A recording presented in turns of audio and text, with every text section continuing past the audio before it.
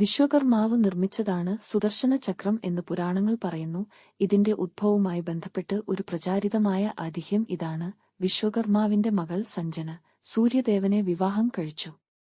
പക്ഷേ സൂര്യന്റെ അത്യധികം തേജസ്സും ചൂടും കാരണം അവൾക്ക് ഭർത്താവിനെ സമീപിക്കാൻ പോലും കഴിഞ്ഞില്ല. ഈ വിഷമം അവളുടെ പിതാവായ വിശ്വകർമാവിനെ അവൾ അറിയിച്ചു. മകളുടെ ദുരിതം മനസ്സിലാക്കിയ വിശ്വകർമാവ് സൂര്യന്റെ തിളക്കം കുറയ്ക്കാൻ തീരുമാനിച്ചു.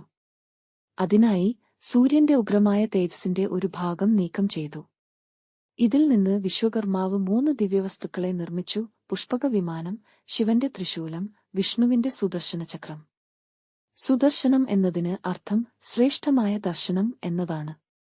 ഈ ചക്രായുധം വിഷ്ണുവിന്റെ പ്രധാന ആയുധമായി മാറി.